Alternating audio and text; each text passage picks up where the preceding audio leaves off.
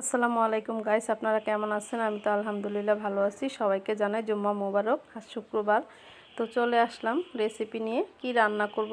তো বিরিয়ানি রান্না করব আজকে। একদম ঘরের মশলা দিয়ে বিরিয়ানি রান্না করব। সব সময় তো প্যাকেটের মশলা দেই।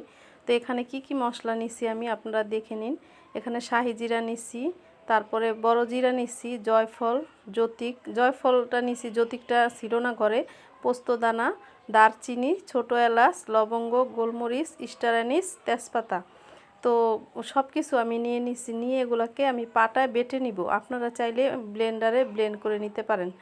তো আমার ব্লেন্ডার নষ্ট, সেজন্য আমি পাটায় বেটে নিব। বেটে পাটায় তারপরে হচ্ছে আদা রসুন আর হচ্ছে লবণ দিয়ে দিলাম। আর যে বেটে রাখা যে মশলাটা, সেই মশলা নিলাম। সেই মশলা দিয়ে মাংসটাকে ভালোভাবে হচ্ছে হাত দিয়ে মাখাবো। মাখিয়ে তারপরে আমি এখানে 1 কেজি পরিমাণ মাংস নিছি।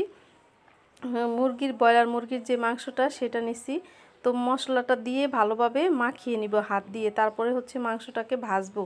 তো আজকে একটু অন্যরকম করেই রান্না করতেছি। মশলার সাথে সবসময় তো লবণ দিয়ে মাংস ভাজি, আজকে মশলা দিয়ে মেখে নিলাম। যেহেতু প্যাকেটের মশলা নাই, ঘরোয়া মশলা দিয়ে রান্না করতেছি। তো এই তো মাংসটাকে ভেজে আমি তেলের উপরে দিয়ে দিলাম। তো আমি ফ্রাই প্যান বসিয়েছিলাম, আগেই তেলটা দিছি যাতে গরম হয়। ফ্রাই প্যানে গরম হতে কিন্তু একটু সময় লাগে, সেজন্য আমি মাংসটা মাখার আগে তেলটা দিয়ে দিছি। আর এই ফাঁকে হচ্ছে মাংসটা আমি হাত দিয়ে মেখে নিছি। তো দিয়ে দিলাম মাংসটা ভাজার জন্য। ভেজে রান্না করলে বিরিয়ানি কিন্তু অনেক মজা হয়। আর আপনি কষিয়ে যদি রান্না করেন, দেখবেন, খেয়ে দেখবেন দুইটার পার্থক্যটা অনেকটা ডিফারেন্স। তো এইভাবে রান্না করলে কিন্তু খেতে বেশি মজা হয়। চেষ্টা করবেন মাংসটা ভেজে, সবসময় মুরগি মাংসটাকে ভেজে রান্না করার জন্য বিরিয়ানিটা। তারপরে হচ্ছে আমার ভাজাটা দেখুন একটু হয়ে গেছে। এখন হচ্ছে মশলাটা দিয়ে যে ভাজলাম মাংসটা, সেই মাংসটাকে আমি উঠিয়ে নিব। আলাদা করে আরেকটা বলে আমি নিয়ে নিব মাংসটাকে উঠিয়ে। তারপরে হচ্ছে মশলা দিয়ে চালগুলা ভাজবো। তো তলাতে একটু লেগে গেছে মাংসটা ভাজার সময়, কোনো অসুবিধা নাই। তো এটাতেই হচ্ছে আমি বিরিয়ানিটা রান্না করব। তো আবারও কিছুটা সয়াবিন, যে রান্নার যে সাদা তেলটা, সেই তেল দিয়ে দিলাম। তারপরে দিয়ে দিলাম মশলা। এখানে লবঙ্গ আছে 10-12টা, গোলমরিচ আছে 10-12টা, আর 4-5টা ছোটো এলাচ, তেজপাতা আর হচ্ছে দারচিনি দিয়ে তারপরে হচ্ছে আমি পেঁয়াজ কুচি দিয়ে দিলাম। একটা বড় সাইজের পেঁয়াজ দিছি কুচি করে, বেশি পেঁয়াজ দেইনি। তো দিয়ে তারপরে হচ্ছে একটু ভেজে নিলাম। আর এখন হচ্ছে বাকি মশলাগুলো এক এক করে দিয়ে দিব। দিয়ে একটু ভেজে নিলাম হালকা করে। পেঁয়াজটাকে আর মশলাটাকে একটু একসাথে করে একটু ভেজে নিতেছি। একটু ভেজে তারপরে হচ্ছে মশলাটা দিয়ে দিব। তো এই তো ভেজে নিলাম মশলাটা। আর এখন হচ্ছে বাকি যে মশলাগুলো আছে এক এক করে সেই মশলাগুলো হচ্ছে আমি দিয়ে দিব। দিয়ে একটু ভেজে নিব। আর বিরিয়ানিটা কিন্তু ঘরোয়াভাবে যে রান্না করতেছি আমি আজকে, একদম সহজভাবে রান্না করতেছি। এইভাবে রান্না করলে কিন্তু ঘরে থাকা যে মশলাগুলো সেগুলো দিয়ে রান্না করে খাওয়া যায়। হঠাৎ বাসায় যখন কেউ না থাকে, নিজের খেতে ইচ্ছে করে, বাচ্চারা খেতে চায়, তখন এইভাবে রান্না করে দিলে তাড়াতাড়ি করে বাচ্চারা খেয়ে নিতে পারে। তো যেই মশলাগুলো আমি ফ্রিজে দেখাইছিলাম আপনাদেরকে, সেই মশলাগুলো পাটায় বেটে নিছি। তো সেই মশলাটাই আমি এক এক করে দিয়ে দিতেছি। তো এই তো আদা রসুনের পেস্ট দিয়ে দিলাম। পরিমাণ মতো আদা রসুনের পেস্ট যতটুকু ছিল পুরোটাই দিয়ে দিছি আমি এখানে। যেহেতু মাংসটা 1 কেজি আর চালও নিয়েছি 3 পোয়ার মতো, তো পুরোটা আদা রসুনই লাগবে। এখানে আমি 4 চামচের 4 চামচ পরিমাণ আদা রসুন দিয়ে দিছি। আর এই তো ক্যামেরাটা একটু হাত লেগে লড়ে চড়ে গেছিলো, যেহেতু উপরের দিকে একটু উঠানো না নিচা, তো সেজন্য হাত লেগে একটু লড়াচড়া হয়ে গেছিলো। তো সেই জন্য আমি একটু দুঃখিত। ভিডিওটা সবাই দেখবেন, কিন্তু কিছু মনে করেন না। তো যাই হোক, এখন এভাবে লড়াচড়া হচ্ছে যে আমি আর খেয়াল করিনি, পরবর্তীতে দেখতে পারছিলাম। তো এখান থেকে যদি আমি কেটে দেই, তাহলে আমার এই মশলা কষানোটা একদম দেখানো হবে না, সেই জন্য আমি আর ভিডিওটা কাটিনি, এইভাবেই রাখছিলাম। তো যাই হোক, এখন চালগুলো দিয়ে দিলাম মশলা দিয়ে। তারপরে হচ্ছে চালটা দিয়ে আমি ভালোভাবে একটু লাড়া দিয়ে মিক্স করে নিব। কাঁচামরিচগুলো দিয়ে দিলাম চালের সাথে একসাথে করে। তো এখন হচ্ছে দিয়ে একটু ধনিয়ার গুঁড়া দিলাম। যেহেতু আমার আস্তা ধনিয়া ছিল না, মশলার সাথে গুঁড়া করতে পারিনি, সেজন্য আমি গুঁড়া করা যে ফাঁকি ধনিয়া, তো সেখান থেকে একটু ধনিয়ার গুঁড়া দিয়ে দিলাম। 2 চামচ পরিমাণ দিছি, বেশি দেইনি, যতটুকু লাগবে সেই অনুযায়ী দিছি আমি। তো এখন হচ্ছে মশলার সাথে ভালোভাবে চালগুলাকে একদম সুন্দর করে একটু মেখে নিতে হবে, মানে খুন্তি দিয়ে ভালোভাবে আর কি চালগুলাকে মিশিয়ে নিতে হবে। তো মেশানো হয়ে গেলে তারপরে হচ্ছে পানি দিব।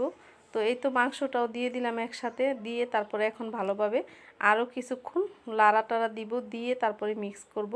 তো মাংসগুলা যাতে একদম চাল আর মাংস একসাথে মশলা সুন্দর করে একদম মাখা মাখা হয়ে যায়, তো সেইভাবেই লাড়া দিতে হবে। আর এই তো লাড়তেছি, তো এইভাবে করেই লাড়বেন কিছুটা। তো এত বেশি জোরে লাড়তে হবে না, তাহলে মাংসগুলো একদম খুয়ে যাবে, কারণ মাংসগুলো তো একটু ব্রয়লার মুরগি, সেজন্য। তো একটু আলতো আলতো করেই লাড়বেন, লেড়ে তারপরে হচ্ছে পানিটা দিয়ে দিব। তো কয়েক মিনিট ধরে আমি একটু ভাজা ভাজা করছিলাম। আপনারা চাইলে কিন্তু পানিটা সাথে সাথেও দিতে পারেন, কোনো অসুবিধা নাই। তো আমি কয়েক মিনিট ভেজে তারপরে হচ্ছে গরম পানি দিয়ে দিলাম। তো পানিটা আমি মেপে নিছি, এখানে আমি 3 পটের মতো চাল নিছি আর 6 পটের মতো পানি। তো যেই মগটা দিয়ে আমি চালটা মেপে নিছি, সেই মগ দিয়ে আমি ছয় মগের সামান্য একটু কম আর কি পানি দিছি। তো একটু সব সময় আমি একটু কম পানি দেই, যখন পানিটা অনেক সময় চালটা নতুন থাকে তখন চালটা কিন্তু একদম জাউ হয়ে যায় পুরোপুরি পানি দিলে, সেজন্য একটু পানি রেখে দিলে হয় কি, যখন পানিটা দরকার ওই গরম পানিটা দিয়ে দিলে কোনো অসুবিধা হয় না। আর সবগুলো পানি দিলে দেখা যায় চালটা নরম হয়ে যায়, সেজন্য একটু পানি রেখে দিছি। তো আমি পানিটা রাখছি, কিন্তু আমার পানিটা লাগেনি, যতটুকু দিছি তাতেই আমার হয়ে গেছে। তো লবণটা একটু চেক করে নিতেছি, লবণ দেওয়ার পরে এভাবে, যেহেতু গরম পানি, লবণটা কিন্তু সাথে সাথে সুন্দর করে মিক্স হয়ে গেছে। আর এভাবে লবণটা চেক করে আপনারা কিন্তু পানির সাথে লবণটা চেক করবেন, যখন দেখবেন লবণটা একটু বেশি লাগে তখন বুঝতে পারবেন যে না ঠিক আছে, আর যদি দেখেন একটু কম লাগে তাহলে আরও একটু দিবেন। তো এই তো পানিটা শুকিয়ে গেছে, আমি আবার উল্টাপাল্টা করে একটু লাড়া দিয়ে দিলাম সুন্দর করে। তো এই খেয়াল রাখতে হবে। আর চুলার হিটটা কিন্তু আমি এখন একদম কমিয়ে দিলাম তাড়াতাড়ি, কারণ কমিয়ে না দিলে হচ্ছে পুড়ে যাবে, সেজন্য চুলার হিটটা এখন কমিয়ে দিতে হবে, যেহেতু পানিটা একদম শুকিয়ে গেছে। তো কমিয়ে প্রায় 10 মিনিটের মতো রাখলেই আমার বিরিয়ানিটা হয়ে যাবে। তো কমিয়ে তারপরেও আরও 2-1 বার লাড়া দিতে হবে, কিন্তু শুধু একবার দিলেই হবে না। তো এখন আবার নিচের যে চালগুলো আছে সেগুলোকে উল্টে আমি উপরে নিয়ে আসছি, আর উপরের চালগুলো একদম উল্টে নিচে নিয়ে যেতে হবে, তাহলেই হচ্ছে সুন্দর করে হবে। আর যদি আপনি এমনিতে নিচের চালগুলো উপরেই নাও আসে তাহলে কিন্তু ভালোভাবে সেদ্ধ হবে না, একটু চাল চাল থেকে যায় অনেক সময়। কিন্তু পোলাওটা লাড়ার উপরে কিন্তু ডিপেন্ড করে, লাড়াটা যদি ভালোভাবে না হয় তাহলে অনেক সময় চাল চাল থেকে যায়, এক সাইডে আরেক সাইডে কিন্তু হয়ে যায়। তো সেই জন্য ভালোভাবে চারদিকটা খেয়াল করে সুন্দর করে লাড়া দিতে হবে, আর উপর নিচ করেই লাড়তে হবে সুন্দর করে। তো এই তো আমি এখন আবার ঢাকনা দিয়ে ঢেকে দিব কিছুক্ষণের জন্য। তো আজকে যেন রান্না করতে গেলাম কি হলো জানি না, ক্যামেরাটা বারবার শুধু লড়ে যাচ্ছিল। হঠাৎ করেই লাড়া খেয়ে তো 2বার হচ্ছে ক্যামেরাটা একদম হয়ে গেছে, কি বলবো। তো এই তো তো শেষ, আরেকবার লাড়া দিতে আসলাম, দেখি এবার লাড়া দিয়ে তো কতটুকু হয়েছে। দেখা যায় যে মোটামুটি হয়ে গেছে বিরিয়ানিটা।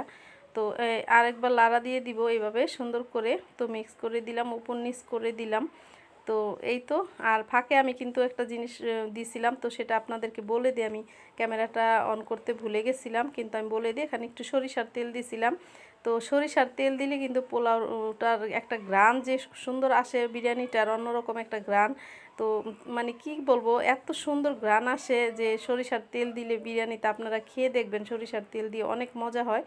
তো আমি হচ্ছে ফাঁকে সরিষার তেলটা উপর দিয়ে, যখন লাড়া দেওয়ার আগে আর কি, উপর দিয়ে সরিষার তেল দিয়ে দিছিলাম, দিয়ে তারপরে হচ্ছে